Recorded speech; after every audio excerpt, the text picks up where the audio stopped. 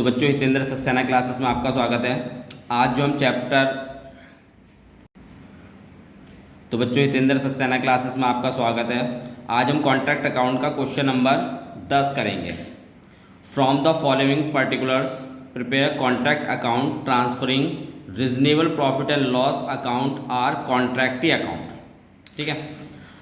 Material purchase, material destroy by fire, material issued from store, material received from another contract. यहाँ तक सारा debit में आएगा। बस डिस्ट्रॉय बाय फायर ये क्रेडिट साइड में जाएगा।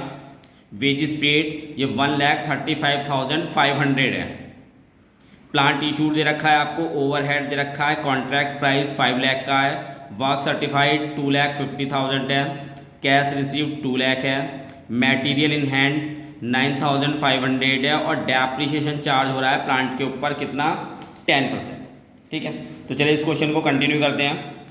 तो आपको मटेरियल परचेज ये दिया हुआ है कितने का 50,000 का, डेबिट में आएगा। टू मटेरियल को शॉर्ट में लिख लेते हैं 50,000। उसके बाद आप लोगों को दे रखा है मटेरियल डिस्ट्रॉय बाय फायर, ये कहाँ आएगा क्रेडिट साइड में। तो मटेरियल डिस्ट्रॉय बाय फायर बच्चों कितना है आपके पास 10,000। फिर मटेरियल इशूड दे रखा उसने, मटेरियल इशूड भी आपके पास 50,000 है और material received from another contract वो है 10,000 का, ये भी डेबिट में ही आएगा। ये 50,000 हो गया। उसके बाद to material received from another contract, ये आपके पास वैल्यू है 10,000। वेजेस पेड दिया हुआ है 1,35,500। प्लांट दे रखा है, तो प्लांट इशूड है, वेजेस पेड था बच्चों 1,35,500 है ये। उसके बाद प्लांट इशूड है आपके पास 18,000, ओवरहेड चार्ज 7,500, यहाँ तक डेबिट में ही आएगा। तो प्लांट आपके पास 18,000 है। फिर ओवरहेड है आपके पास 7,500। इसके बाद मटेरियल इन हैंड दिया है आपको, क्रेडिट साइड में आएगा 9,500 का, बाय मटेरियल इन हैंड 9,500, ये क्रेडिट साइड में आएगा आपका। इसके बाद बच्चों प्लांट की क्लोजिंग वैल्यू लेनी होती है। तो प्लांट आपके पास क्वेश्चन में दे रखा है 18,000 का प्लांट है और उस पर डैप लग रहा है 10%। तो प्लांट की इनिशियल यानी स्टार्टिंग वैल्यू तो इधर लेते हैं और उस पर डेप्रिसिएशन चार्ज करके इधर आता है।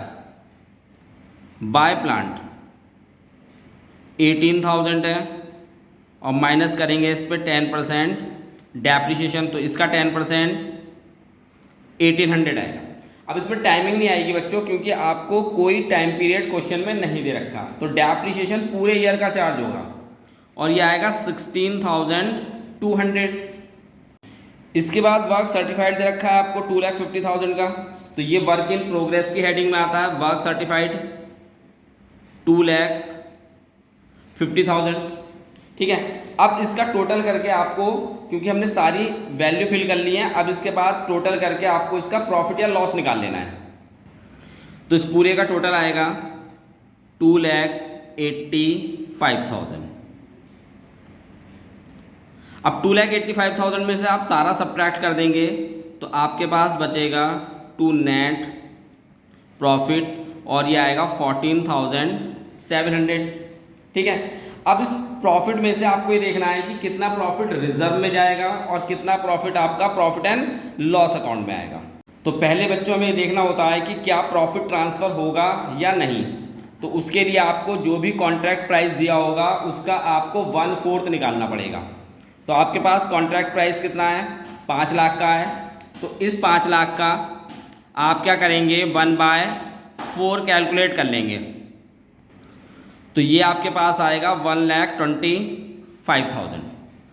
ठीक है, अब हम एक चीज़ और निकालेंगे, इसका हाफ। अभी दोनों चीज़ बताऊंगा कि क्या चीज़ किसके लिए निकल रही है।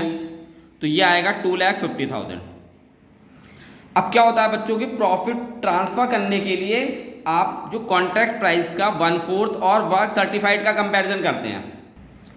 तो 1/4 ऑफ सीपी यानी 1/4 ऑफ कॉन्ट्रैक्ट प्राइस जो कि कितना है 1,25,000 है, वो लेस होना चाहिए वर्क सर्टिफाइड से। तो वर्क सर्टिफाइड कितना है आपके पास क्वेश्चन में 2,50,000। तो यहाँ पे क्या है कि 1/4 ऑफ कॉन्ट्रैक्ट प्राइस वो छोटा है आपसे वर्क सर्टिफाइड में, तो यानी आप जो प्रॉफिट है वो ट्रांसफ़र कर देंगे प्रॉफिट एंड लॉस अकाउंट के लिए। ठीक, तो ये प्रॉफिट आपका यहाँ आ जाएगा। अब हमें ये देखना है कि इस प्रॉफिट में से कितना हिस्सा पीएनएल में जाएगा। तो उसके लिए कंडीशंस होती है 1/3 और 2/3 की। तो उसके लिए आपको क्या करना होता है बच्चों कि जो कॉन्ट्रैक्ट प्राइस है उसका हाफ निकालना होता है। तो कॉन्ट्रैक्ट प्राइस का हाफ कितना आ गया 2,50,000। ठीक, तो अगर क्या होगा कि हाफ ऑफ कॉन्ट्रैक्ट प्राइस वो इक्वल है अगर वर्क सर्टिफाइड से, तो कितना ट्रांसफ़र करेंगे प्रॉफिट एंड लॉस अकाउंट में 2/3। तो देखिए हाफ कितना है आपके पास कॉन्ट्रैक्ट प्राइस का 2,50,000 और कॉन्ट्रैक्ट यानी वर्क सर्टिफाइड कितना है वो भी 2,50,000 है, यानी दोनों बराबर है। तो जब दोनों बराबर होंगे तो आप कितना ट्रांसफ़र करेंगे 2/3। अब इसका फॉर्मूला आप लोगों को पता है कि फॉर्मूला क्या होता है और किस फॉर्मूले से ट्रांसफ़र करते हैं। तो पीएनएल में ट्रांसफ़र करने के लिए net profit into cash received upon work certified, short में लिख दिया मैंने, और उसका 2/3। अब नेट प्रॉफिट है बच्चों आपके पास कितना 14,700। क्वेश्चन में कैश रिसीव्ड कितना दे रखा है आपको, कैश रिसीव्ड है 2 लाख का, तो ये आपके पास 2 लाख है। वर्क सर्टिफाइड है आपके पास 2,50,000 और इसका 2/3।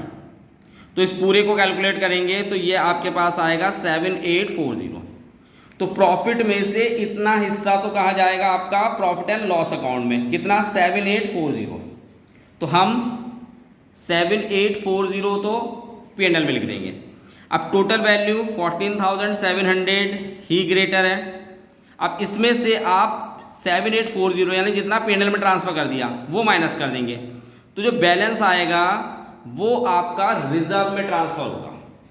ठीक है बच्चों, ये क्वेश्चन कंप्लीट हो गया आपका। अगले क्वेश्चन की तरफ चलते हैं।